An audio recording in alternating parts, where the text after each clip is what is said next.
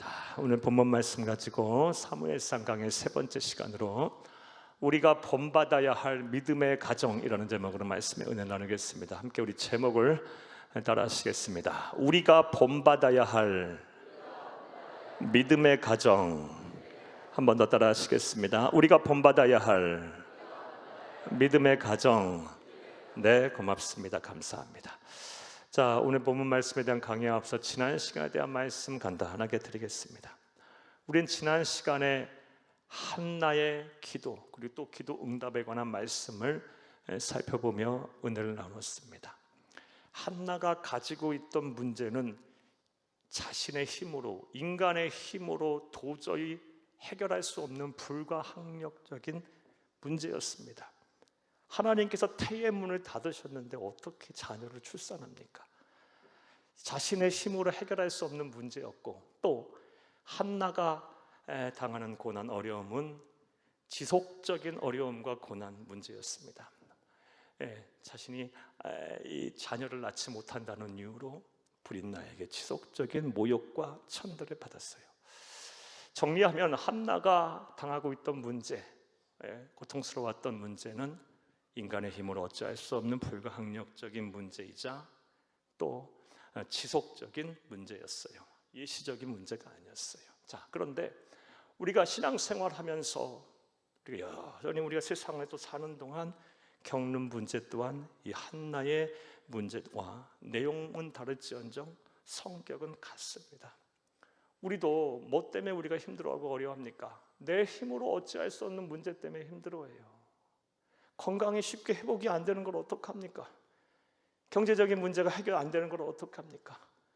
자녀 문제가 쉽게 해결되지 않는 걸 어떻게 합니까? 내 마음 내 뜻대로 해결 안 되는 문제가 너무 많아요. 세상을 살다 보면. 그래서 사는 것이 힘들고 또 기도해도 마음이 답답한 경우도 많고 신앙생활에 낙이 없는 경우가 있는 겁니다. 또 우리가 어려움을 당하는 문제 대부분은 일시적이지 않아요. 한 고비 넘기면 또 한 고비가 있고 또 한 고비 넘기면 또 한 고비가 있고 이만하면 됐다 싶으면 또 언제 그랬냐는 듯이 또 우리의 문제들이 내 삶을 이렇게 애워싸요. 우리가 겪고 있는 문제 또한 한나의 문제와 내용은 다를지언정 성격은 같아요. 자, 그렇다면 한나는 어떻게 이 자신의 문제를 해결했을까요? 기도로 해결했어요. 사랑하는 여러분, 시편 50편 15절 말씀에 환난 날에 나를 부르라. 내가 너를 건지리니 네가 나를 영화롭게 하리라. 할렐루야. 기도는 하나님의 백성인 우리에게 주신 특권입니다. 우리가 기도가 이 특권을 사용하지 않고서 어찌 우리의 문제를 해결할 수가 있겠습니까? 어찌 하나님의 음성을 들을 수가 있겠습니까? 하나님의 위로를 받을 수가 있겠습니까? 또 오늘을 살아갈 힘을 얻겠습니까? 기도하면 돼요. 기도하면 돼요. 사랑하는 여러분, 자, 그렇다면 한나는 어떻게 기도하였기에 이 기도 응답을 받아 그의 삶의 문제가 해결됐을까요? 지난 시간에 우리는 한나의 기도에 응답받은 기도의 특징에 대해 살펴보며 은혜를 나눴어요. 먼저는 한나의 기도는 마음을 쏟아붓는 통곡의 기도, 절박한 통곡의 기도였어요. 하나님은 우리 성도의, 하나님의 백성의 눈물에 참 약하신 분이에요. 성도가 눈물 흘려 통곡하며 기도할 때 하나님의 자녀가 통곡하며 울며 하나님 앞에 살려달라고 애타게 부르짖으며 간구할 때 절대로 외면하지 않으시는 분이에요. 사랑하는 여러분, 지금 삶이 힘들고 괴로우십니까? 내 힘으로 어떻게 해결되지 않은 문제 때문에 도대체 어떻게 해결을 해야 할지 사방이 꽉 막히셨습니까? 또 이 문제가 언제 해결될지도 모르는 상황 속에 계십니까? 하나님의 앞에서 많이 우세요. 많이 통곡을 하며 우세요. 그럼 하나님께서 여러분의 심령을 만지실 거예요. 위로하실 것입니다. 얼마나 하나님께서 이 하나님의 백성의 눈물을 귀하게 여기신다고 하셨는지 시편 기자 다윗은요, 하나님께서 말씀하시기를 시적으로 노래하기를 나의 눈물을 주의 병에 담으소서라고 말했어요. 하나님께서 귀하게 여기신다는 거예요. 힘이 들고 어려울 때 하나님 앞에 많이 통곡을 하며 오세요. 하나님께서 여러분의 눈물을 기억하시고 여러분을 안고 이 광야 같은 인생께 함께 걸어가실 것입니다. 이런 은혜와 실천이 저와 여러분 가운데 충만하기를 간절히 주의 이름으로 축복합니다. 또 한나는 어떤 기도를 하였기에 응답받았을까요? 그의 기도는 자기 중심이 아닌 하나님 중심 기도였다라는 말씀을 지난 시간에 드렸어요. 한나는 자녀를 주시면 그 자녀 잘 양육해서 행복하고 화목하게 살겠다고 기도한 거 아니에요. 자녀를 주시면 하나님께 드리겠다 그랬어요. 사랑하는 여러분, 그런 자기 중심이 아닌 하나님 중심의 기도를 할 때 하나님의 기도 응답이 빨랐던 거예요. 우리 또한 그렇게 기도해야 돼요. 우리의 기도의 방향을 바꿔버리세요. 사랑하는 여러분, 왜 하나님께서 여러분을 부유하게 하셔야 합니까? 왜 여러분을 건강하게 하셔야 합니까? 여러분의 자녀들의 앞길을 왜 열어주셔야 합니까? 여러분의 부동산 문제, 사건, 사고가 왜 해결이 돼야 합니까? 왜 하나님께서 그런 거 해주셔야 합니까? 잘 먹고 잘 살라고? 염려 근심 없게 살라고? 이건 자기중심적인 신앙인이에요. 저와 여러분은 이 단계에서, 이런 수준에서 벗어나야 합니다. 하나님 저에게 물주 주시면 세계선교 한국복음만 위해 살게요. 하나님이여, 가난하고 병들고 지친 사회적 약자에게 냉수 한 그릇 소자에게 떠주는 거 예수님에게 하는 거라고 했는데 조금이나마 사람 살리는 일에 내가 헌신할게요. 영혼 구원에 힘쓸게요. 예. 물이 바다 덮음같이 온 세상에 그리스도의 영광이 충만하게 하는데 하나님 우리 자녀들 사용해 주세요. 그럼 앞길 열어주셔야 되겠어요. 이왕이면 영향력 있는 사람 되어야 되지 않겠습니까?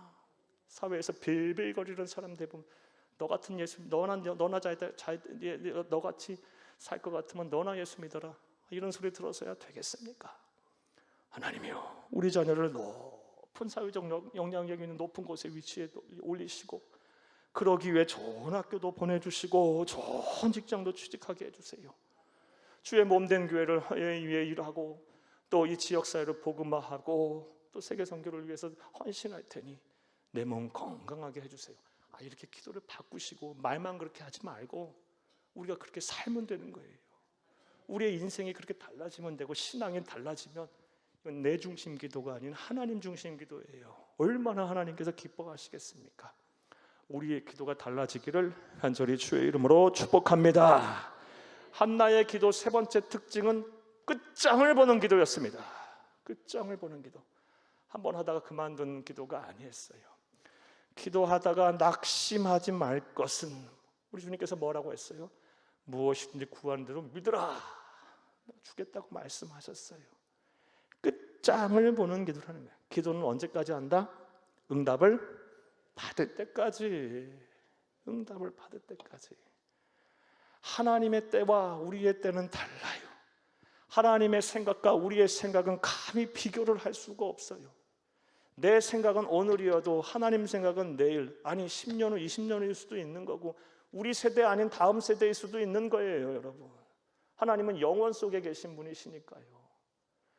그러나 우리가 확신하고 믿어야 할 것은 하나님은 선하다, 나를 향한 분명한 계획을 갖고 있고 그 계획은 오류가 없다, 틀리지 않는다. 그런 믿음을 갖는다면 기도 응답 이룰 때까지 포기하지 않고 할 수 있겠죠. 사랑하는 여러분, 끝장을 보는 기도, 한나는 끝장을 보는 기도를 했어요. 그래서 응답받았어요. 이런 기도가 여러분 가운데 충만하기를 간절히 주의 이름으로 축복합니다. 한나는 또 어떻게 기도했기에 그 기도 응답을 받았을까요? 네 번째로 기도 응답의 확신에 찬 기도를 했기 때문에 하나님 응답받았어요. 그가 기도를 하자 엘리 제사장이요, 처음에는 오해를 했다가 한나의 말을 듣고 한나의 고통을 이해하고 그리고 그에게 축복합니다. 하나님께서 네 기도를 들었으리라. 가서 딸아 편하게 쉬어라. 집으로 돌아가라. 그런데요, 한나는요, 이 엘리 제사장의 말을 기도 응답으로 믿었어요. 그리고 주저하지 않고 돌아가서 그냥 이제 응답받은 사람처럼 몸 단장 다 하고 먹고 마시는 거 다 하면서 확신에 차서 기쁨 속에 살았어요. 하나님께서 그 응답하셨어요. 사랑하는 여러분, 기도 응답에서 절대적으로 빠져서는 안 되는 조건은요, 믿음이에요. 믿음 없이 무엇을 구합니까? 믿음 없이 구하는 것은 받을 생각도 말라라고 말씀하셨어요. 여러분, 사랑하는 여러분, 하나님께서 저와 여러분에게 주실 것을 믿고, 당연히 주실 것을 믿고 확신을 가지고 기도하는 여러분 되시기를 간절히 저희 여러분 축복합니다. 그리하면 반드시 응답이 될 거예요. 한번 따라합니다. 무엇이든지 기도하고 구하는 것은 받은 줄로 믿으라. 그리하면 너희에게 그대로 되리라. 마가복음 11장 24절, 제 얘기가 아니라 우리 주 예수님 하신 약속의 말씀이에요. 한 번 더 따라해요. 무엇이든지 기도하고 구하는 것은 받은 줄로 믿으라. 그리하면 너희에게 그대로 되리라. 이 믿음 갖고 기도하는 거예요. 반드시 응답하실 줄로 믿습니다. 저희까지 지난 시간에 말씀이었어요. 이제 오늘 본문에 대한 강의를 하겠어요. 오늘 본문 말씀 1장 21절에서 28절까지의 말씀, 오늘 사무엘상 1장의 강의를 끝내겠어요. 사랑하는 여러분, 오늘 본문 말씀 1장 21절에서 28절까지의 말씀은 이제 한나가 기도 응답을 받아서 사무엘이라는 아들을 낳게 됐어요. 사무엘의 이름의 뜻은 하나님께 구하였더니 하나님께서 그 기도를 들으셨다, 응답하셨다라는 뜻이에요. 하나님께서 이 사무엘을 주셨어요. 근데 일찍이 한나는 서원을 했잖아요. 하나님, 자녀를 주시면 하나님께 평생 동안 바치겠습니다. 그럼 나 신인으로 키우겠습니다. 그 한나가요, 그 서원을 기억하고 오늘 본문 말씀을 보게 되면 아이가 젖을 뗀 후에 이 사무엘을 그 서원한 대로 하나님께 바친 내용이, 그리고 기뻐한 내용이 바로 오늘 본문 말씀입니다. 오늘도 한 줄 한 줄 읽어가면서 하나님이 저에게 주신, 우리에게 주시는 은혜를 찾으며 진리를 찾으며 은혜를 나누겠습니다. 그의 시간 되기를 다시 한번 간절히 주의 이름으로 축복합니다. 자, 이에 앞서서 우리 다음 같은 사실 하나 먼저 정리하고 갈게요. 사랑하는 여러분, 사무엘상은 처음 개관하면서 1장부터 31장까지로 구성이 되어 있다고 그랬고, 사무엘상의 주요 인물은 총 3명이다라고 말씀을 드렸어요. 먼저 사무엘 선지자, 그 다음 이스라엘의 1대 왕인 사울 왕, 그 다음 다윗 왕에 대한 이야기다라고 그랬어요. 사무엘상 1장부터 7장까지의 전반부의 주요 인물은 사무엘 선지자입니다. 자, 그런데 하나님께서는 사무엘상을 우리 기록하여 남겨주시면서 이 사무엘이 등장하기 이전에 한 장 전체를, 사무엘상 1장 전체를 사무엘의 아버지 어머니 엘가나와 이 한나의 가정의 이야기를 자세하게 기록하여 우리에게 남겨주고 있어요. 자, 하나님께서 그렇게 하신 이유가 무엇일까요? 이거부터 정리하고 가야죠. 하나님께서는 다 의도를 가지고 한 구절 한 구절, 한 낱말 한 낱말까지도 다 계획하에 성경으로 기록하여 우리에게 주신 거거든요.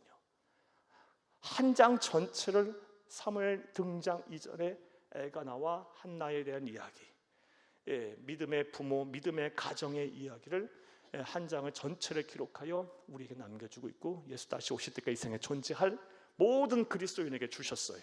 자, 그 이건 무엇일까요? 여러 가지 이유가 있을 수 있겠지만 크게 묵상을 해보니 2가지 이유가 하나님께 저에게 주시는 감화 감동으로도 하나님께 말씀하세요.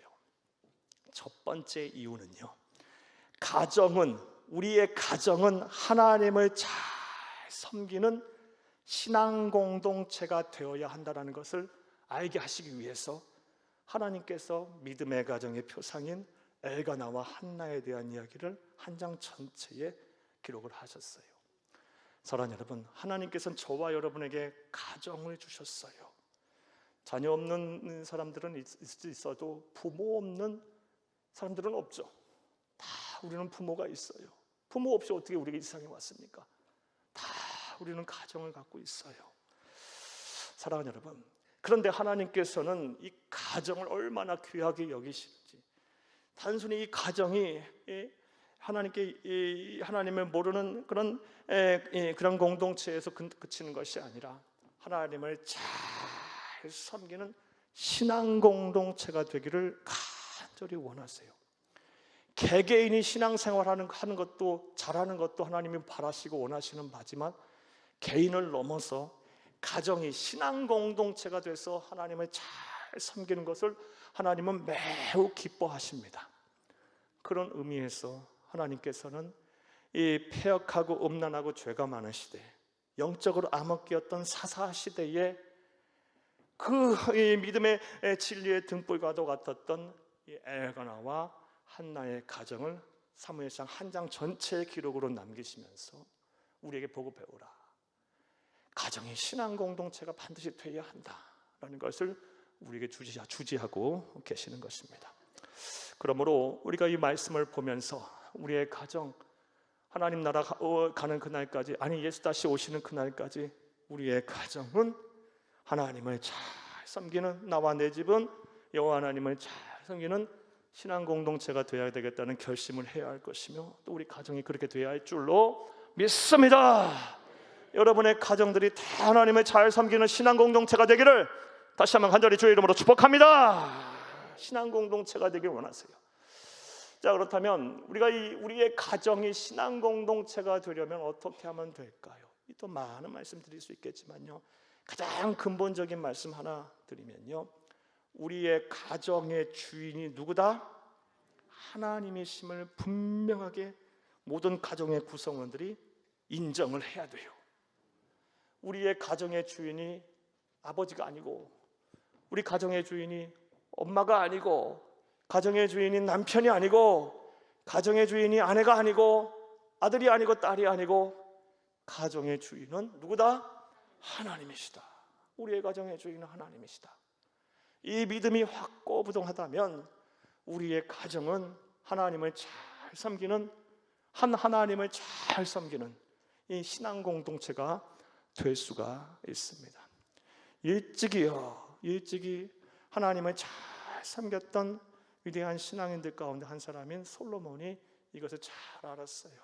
그리고 그의 시로 남겨놨어요. 시편 127편 1절을 함께 보겠습니다.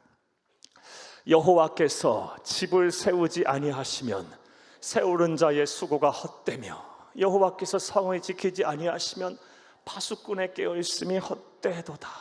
우리 가정의 주인은 하나님이시다. 하나님이 우리의 가정을 세워주시고, 우리의 가정을 지켜주시고, 우리의 가정을 보호하시고, 우리의 가정을 인도해 주시고, 우리의 가정을 잘 살게 해주시고, 우리의 가정에 복을 주시지 아니하시면 우리가 발버둥 친다 한들 헛되니 모든 것이 헛되다. 가정의 주인은 누구다? 하나님이시다. 솔로몬의 신앙 고백이에요. 사랑하는 여러분, 그리고 이 시편 127편은요, 시편 총 150편 가운데 이스라엘 백성들이 성전에 올라가면서 부른 시편송이 총 15편이 있어요. 120편에서 134편까지가 성전에 올라가면서 부른 노래는 부제가 붙어 있어요. 그러니까 이스라엘 백성들도 알았던 거예요. 성전에 올라가면서, 성전에 어떻게 올라갑니까? 가족 단위로 올라가잖아요. 어린아이부터 할아버지 할머니까지 함께 성전에 올라가면서 이 찬양을 함께 불렀던 거예요. 우리 가정의 주인은 하나님이시다. 하나님이시다. 여호와께서 집을 세우지 아니하시면 세우는 자의 수고가 헛되다. 세우는 자의 수고가 헛되다. 손자 손녀부터 할머니 할아버지 어머니 아버지까지 함께 이 찬송을 성전에 올라가면서 부르면서 우리의 가정의 주인은 하나님이시다. 하나님이시다. 우리의 가정은 한 신앙의 공동체가 되어야 한다라고 끊임없이 신앙 고백하며 다짐하며 결단을 했던 거예요. 사랑하는 여러분, 여기서부터가 시작이에요. 사랑하는 여러분, 가정의 주인이 아내, 남편, 사람이 되는 순간부터요, 사랑하는 여러분, 이 가정의 분란이 시작돼요. 그렇잖아요. 가정의 주인이 하나님이 돼야 돼. 하나님이 되셔야 우리의 가정이 평안하고 여호와 하나님이 내리시는 복의 근원이신 하나님의 복이 우리 가운데 충만하여 우리의 가정이 하나님의 은혜 속에 하고자 하는 일이 잘 되고 형통하며 사랑과 기쁨이 넘치는 그런 가정이 될 줄로 믿습니다. 믿습니다.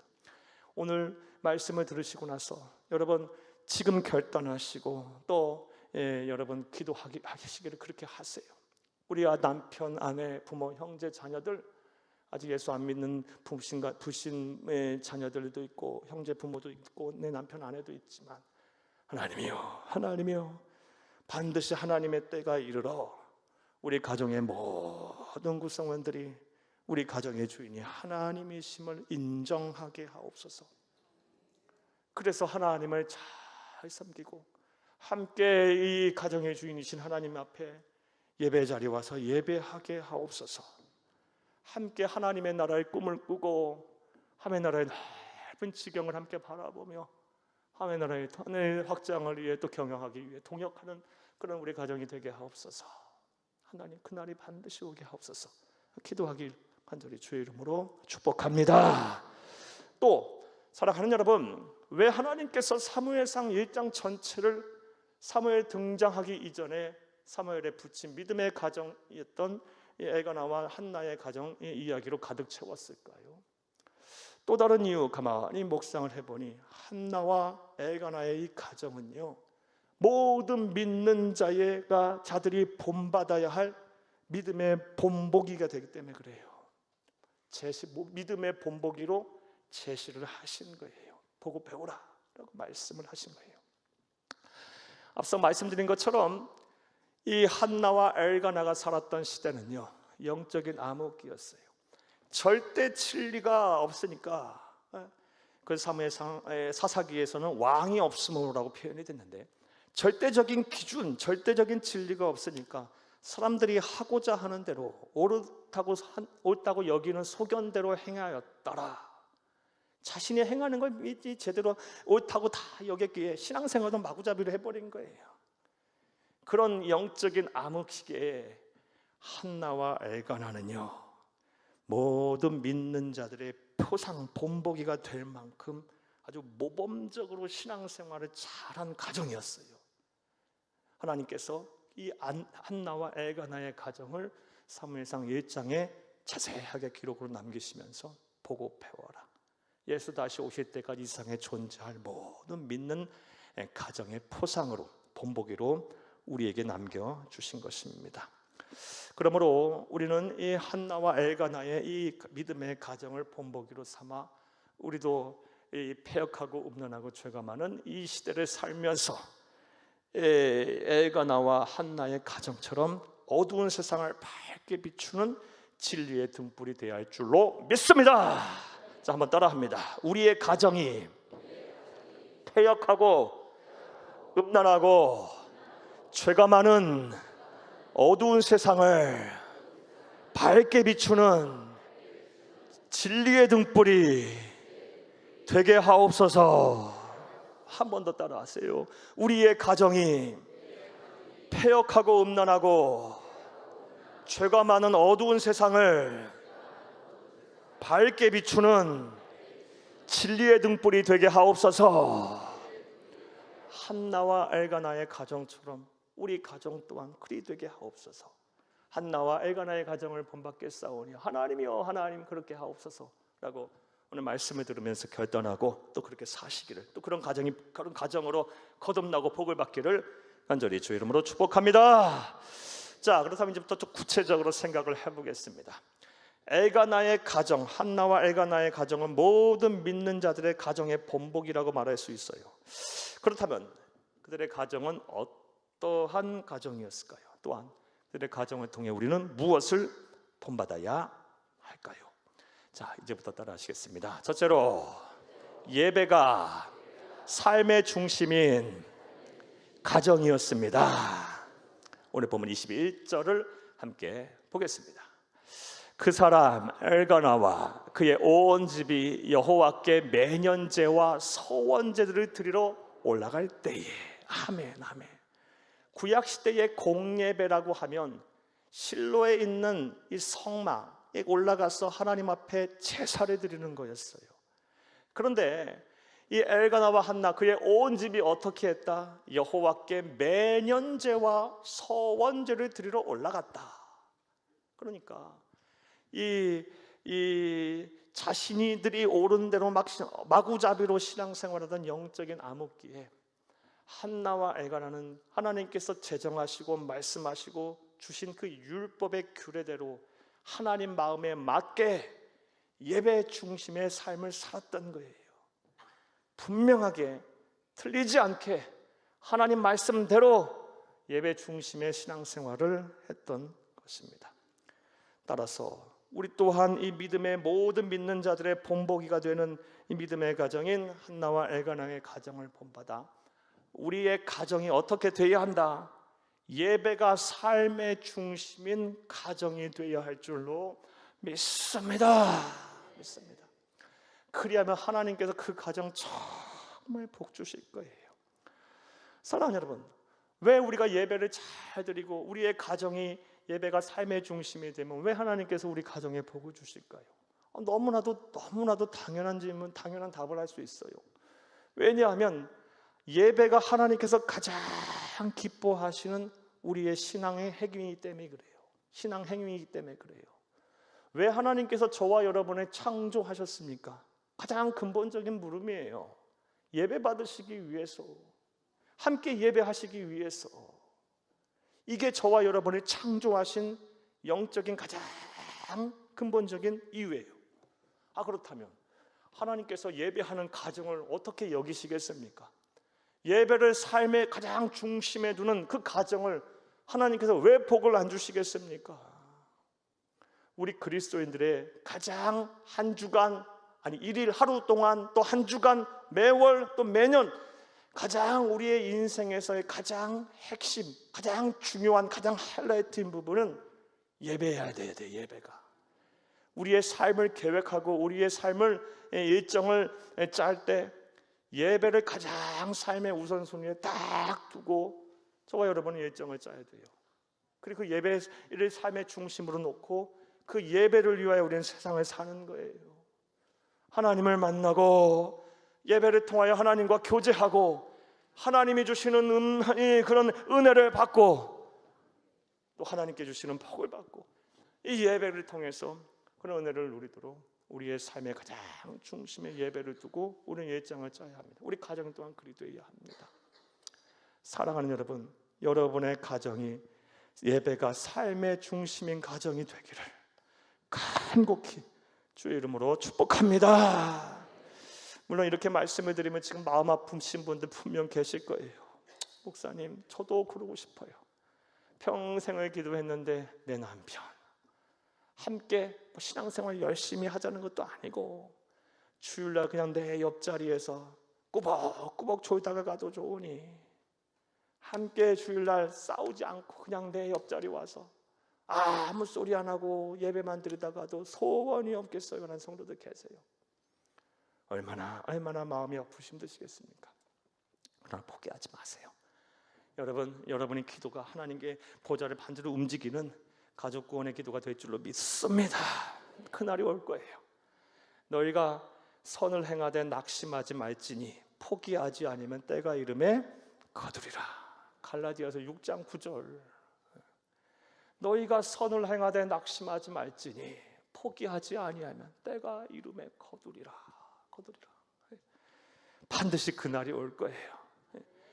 여러분이 먼저 다 여러분의 삶을 예배의 중심에 예배를 삶의 중심에 딱 놓고 그리고 여러분의 신앙생활하면 여러분을 통해서 여러분의 영향력이 가정에 미칠 것이고 또 반드시 가족들이 여러분을 통해서 구원을 받고 예배의 자리에 나오는 그런 가족들이 될 줄로 믿습니다.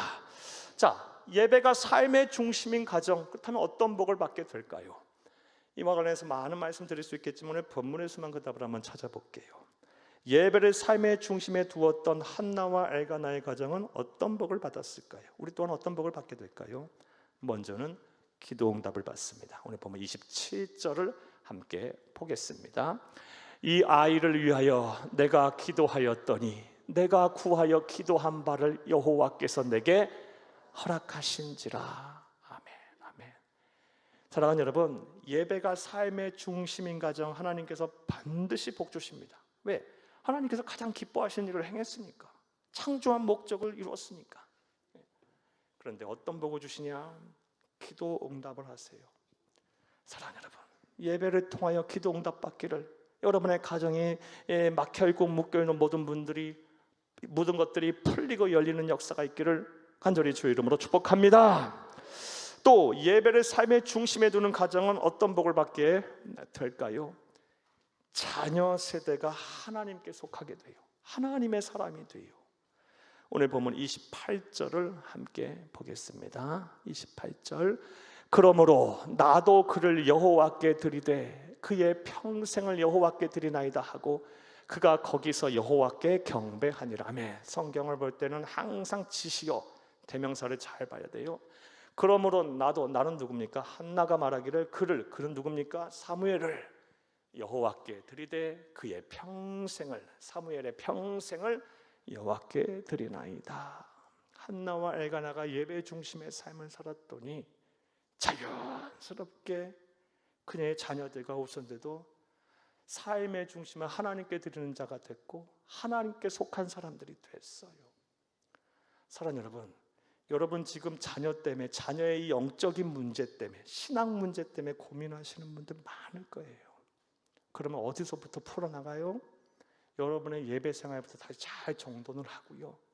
그리고 예배 생활을 하는 것을 포기하지 마세요.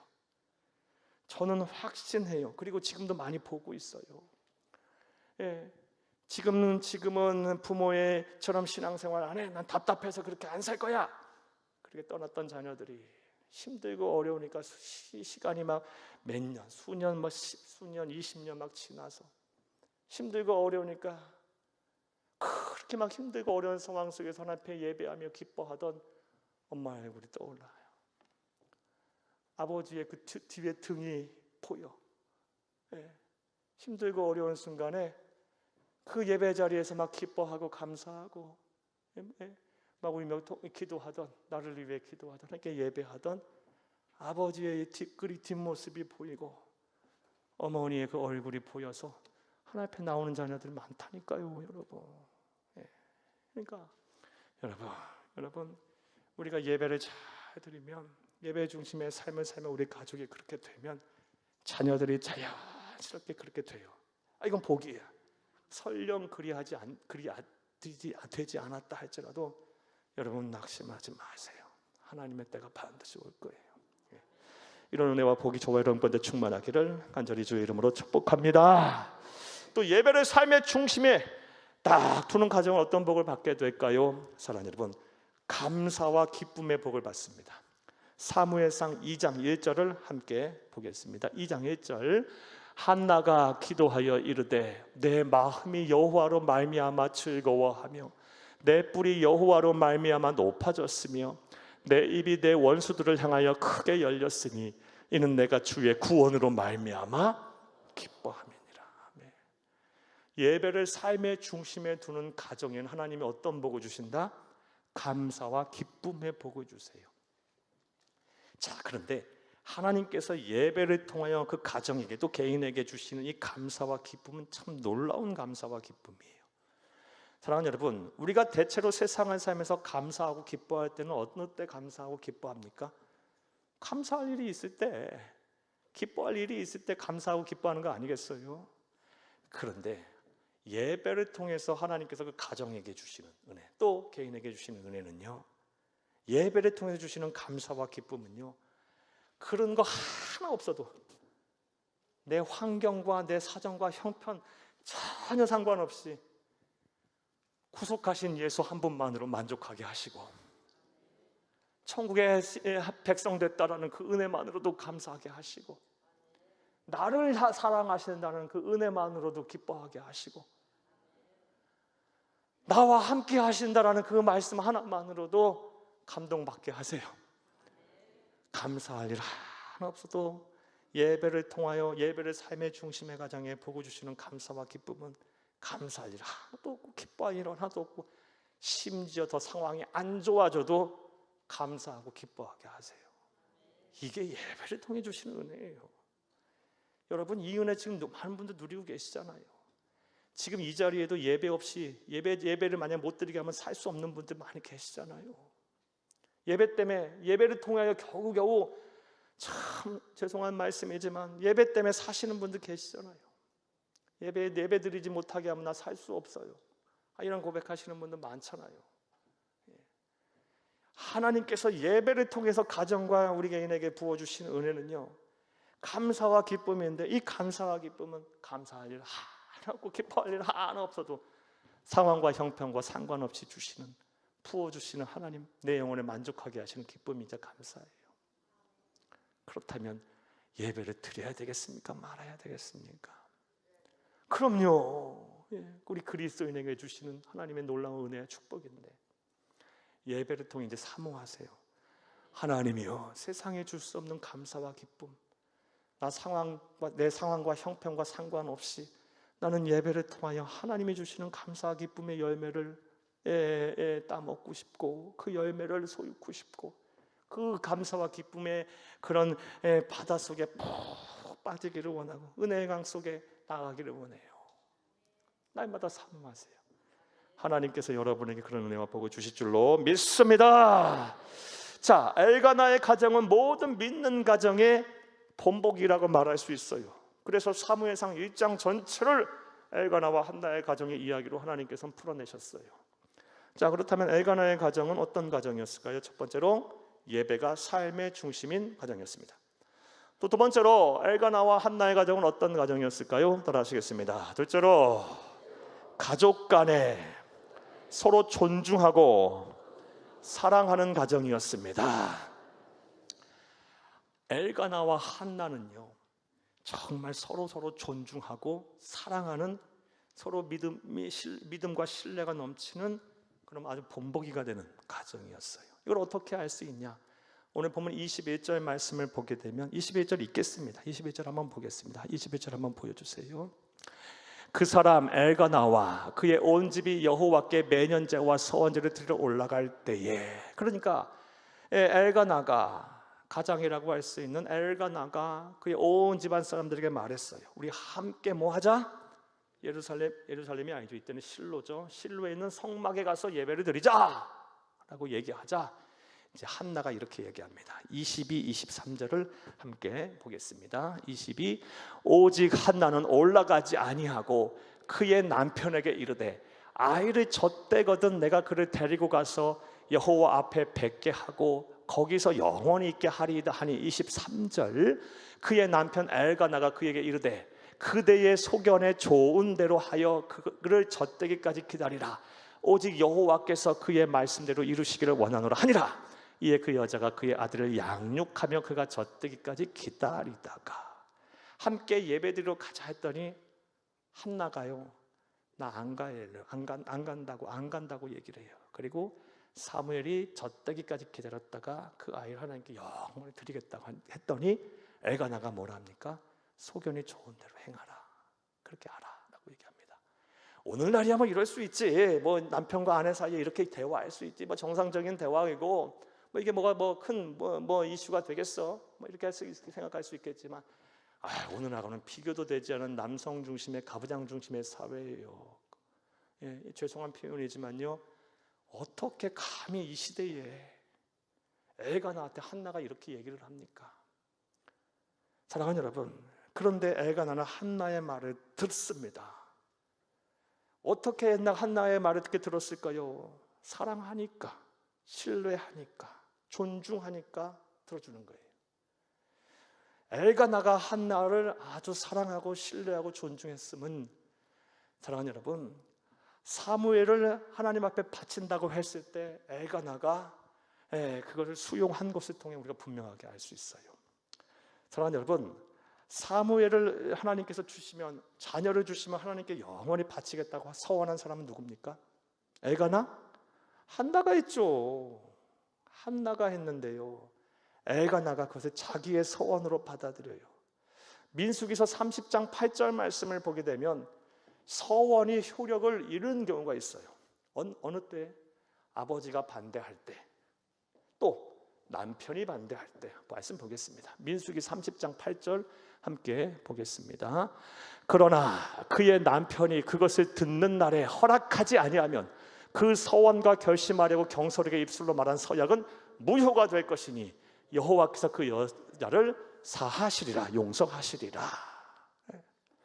사랑하는 여러분, 남편이 반대하면 그 소원 무효가 되는 거예요. 그런데 한나가 소원한 것을 엘가나는 그대로 받아들여요.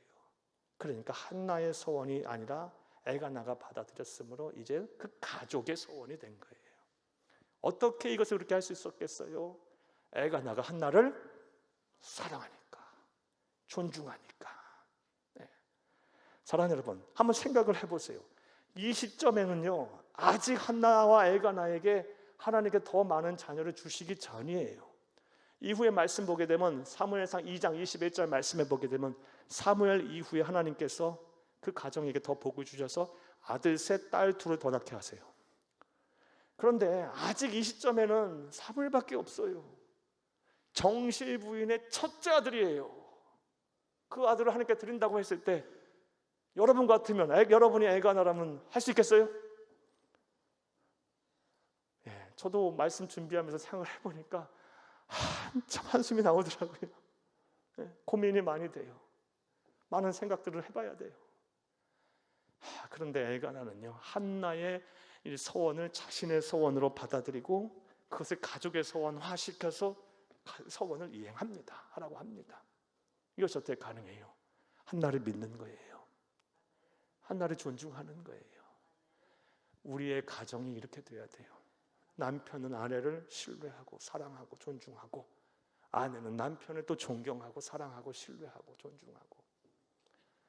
사랑하는 여러분, 요즘 이혼율도 높고 요즘 이 가정이 하나가 되지 못하는 가정이 참 많아요.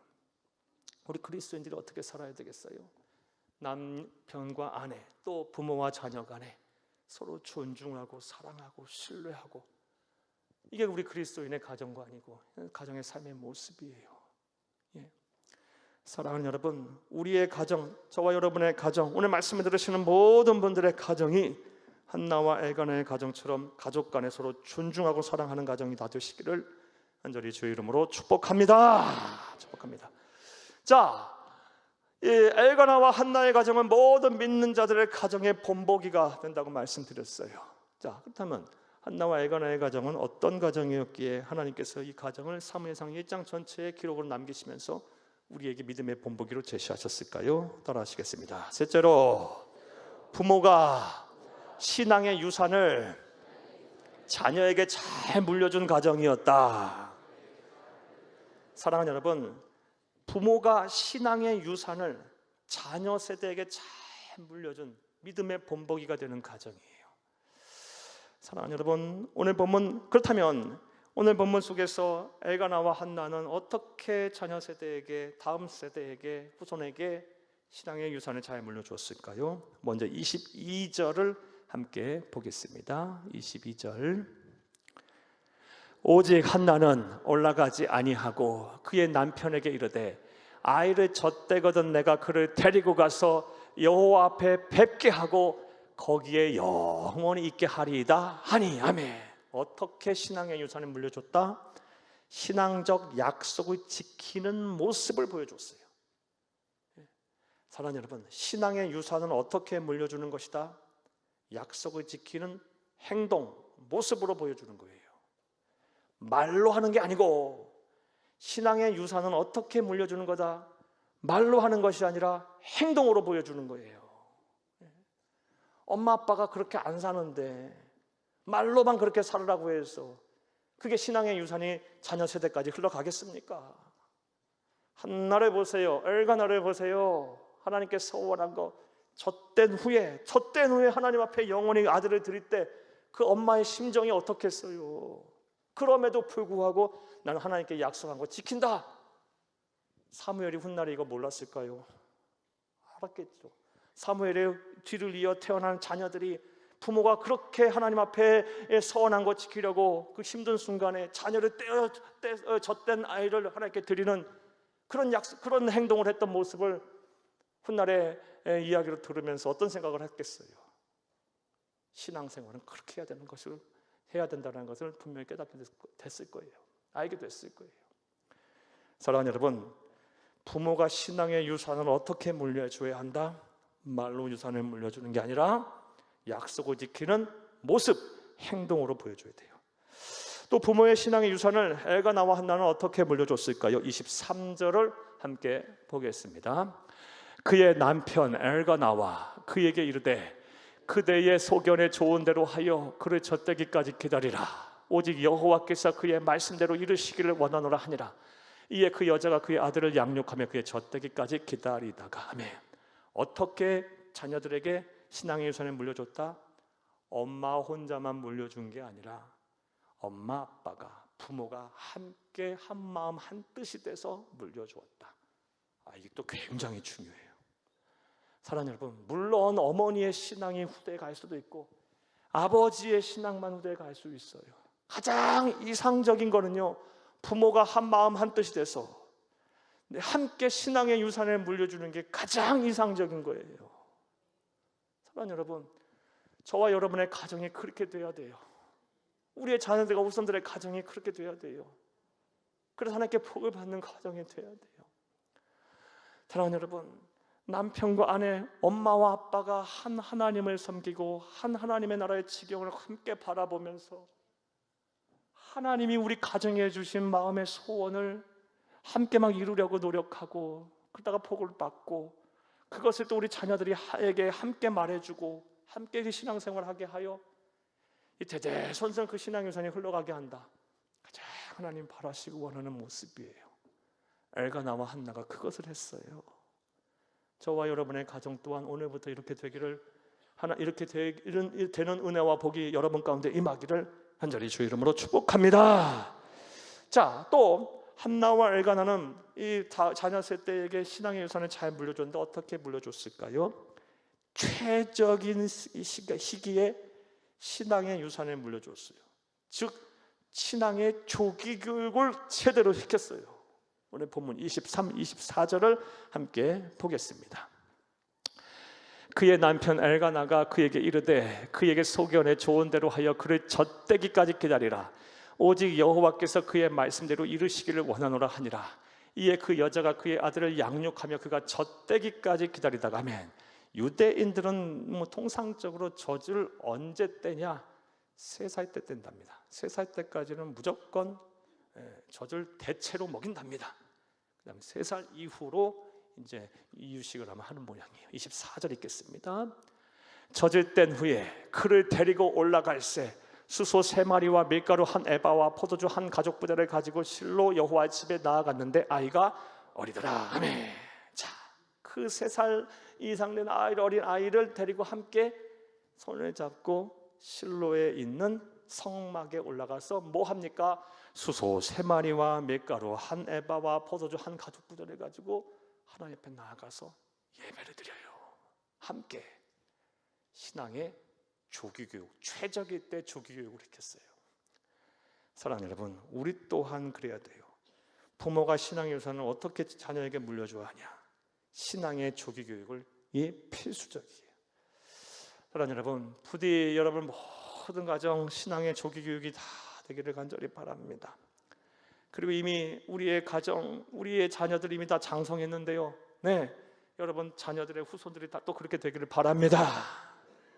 자, 그렇다면 왜 신앙의 조기 교육이 또 중요할까요? 이거는 발달 심리학적인 측면에서 보면 우리 잘 알 수 있어요. 여러분, 발달 심리학자들이 공통적으로 하는 얘기, 에릭슨, 피아제, 이런 사람 많이 들어봤죠? 에릭슨이나 피아제 하는 사람들, 공통적으로 하는 사람들이 얘기해요. 우리의 모든 경건한 습관들, 그리고 모든 행동들의 기준이 되는 그런 습관들은 언제 형성이 된다? 유아기 때. 좀 구체적으로 말씀드려볼까요? 에릭슨은, 아주 유명한 발달 심리학자인 에릭슨은요, 이런 얘기했어요. 유아기 때 1에서 3세기에 개인의 생활 습관이 형성이 되고, 아동기 6에서 12살 때 사회규범과 학습과 같은 이 사회적인 습관이 형성이 된다. 그러니까 쉽게 말해 12살 이하에 다 끝난다는 거예요. 좋은 습관이 형성되는 것은. 또 피아제는 이런 얘기를 했어요. 7에서 7살에서 11살 시기에 구체적인 조작기에 계획적 습관이 가능하고, 그리고 10살에서 12살 사이에 세계관이 형성이 끝난다. 쉽게 말해 12살 이전에는 10살에서 12살 요때에 우리가 신앙의 조기교육을 제대로 시켜서 그 어린아이의 그 심령에 기독교적인 세계관이 딱 자리를 잡게 해야 되는 거예요. 그래야 하나님을 안 떠나는 거예요. 그리고 그래야 경건한 삶을 사는 거예요. 세상에서 하나님의 자녀답게 살 수 있는 거예요. 그런데 요때 10살에서 한 우리는 좀 더 넓게 잡아서 13살, 14살, 15살, 16살 요때 뭘 하게 됩니까? 하나님보다는 돈과 세상의 명예가 더 중요해. 좋은 학교 가는 게 더 중요하고, 더 좋은 친구들 만나는 게 더 중요해.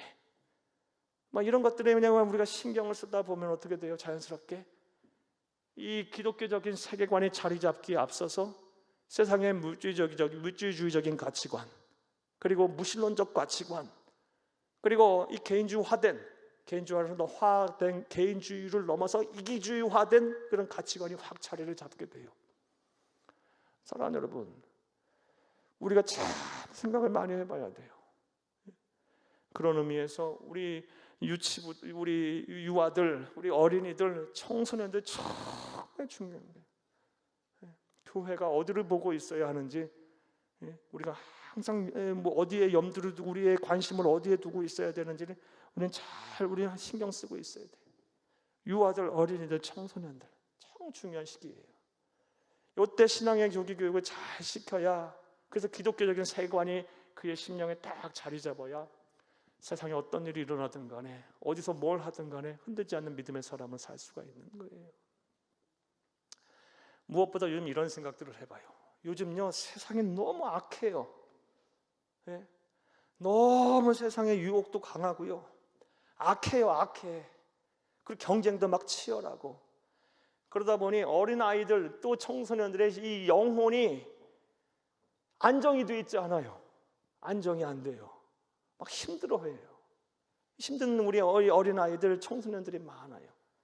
그럴 때 하나님의 사랑으로 그 영혼이 그냥 풍성하고, 그 하나님의 은혜로, 또 하나님의 돌보심으로, 하나님의 말씀으로 그 영혼이 아주 건강하다면, 사랑하는 여러분, 그 아이가 앞으로 어떻게 살겠어요? 정말 우리는 이 유아들, 어린이들, 청소년들 그 어린 심령에 그리스도의 피 묻은 복음을 심겨줘야 하고, 하나님의 사랑의 씨앗을 그 안에 확 심어줘야 돼요. 심어주는 데서 그치는 게 아니라 잘 자라게 해줘야 돼요. 그래야 이 앞으로 살 날보다 살 날이 창창한 우리 어린아이 심령들이 세상에 무슨 일을 겪든 간에 하나님의 사람으로 세상을 이기며 살게 될 것입니다. 여러분의 자녀들, 후손들이 그렇게 되기를 바라고, 우리 교회의 모든 유아들, 어린이, 청소년들이 그렇게 될 수 있기를 간절히 주의 이름으로 축복합니다. 자, 엘가나와 한나는 모든 믿는 자들의 본보기가 되는 그런 믿음의 가정이었어요. 그의 가정의 특징 세 번째가 무엇입니까? 부모가 신앙의 유산을 자녀에게 잘 물려준 가정이었어요. 말로만 물려준 게 아니고 약속을 지키는 행동을 보여줬고, 그리고 함께 부부가 함께 신앙교육 시켰고, 나아가서 뭐 했습니까? 조기교육을 제대로 했어요. 자, 또 네 번째로 오늘 본문 말씀을 통해 알 수 있는 엘가나와 한나의 가정의 특징은 무엇일까요? 따라하시겠습니다. 넷째로, 하나님께 받은 것을 하나님께 돌려드리는 가정이었습니다. 하나님께 받은 것을요 아낌없이 하나님께 돌려드릴 줄 아는, 한마디로 감사할 줄 아는 가정이었어요. 베풀 줄 아는 가정이었어요. 24, 28절을 함께 보겠습니다. 젖을 뗀 후에 그를 데리고 올라갈새 수소 3마리와 밀가루 1에바와 포도주 1가죽부대를 가지고 실로 여호와의 집에 나아갔는데 아이가 어리더라. 그들이 수소를 잡고 아이를 데리고 엘리에게 가서 26절, 한나가 이르되 내 주여 당신의 사심으로 맹세하나이다. 나는 여기서 내 주 당신 곁에 서서 여호와께 기도하던 여자라. 이 아이를 위하여 내가 기도하였더니 내가 구하여 기도한 바를 여호와께서 내게 허락하신지라. 28절.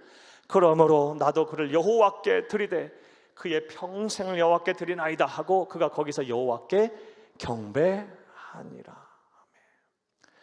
사랑하는 여러분, 엘가나와 한나의 가정은요, 감사를 행동으로 표현을 했어요.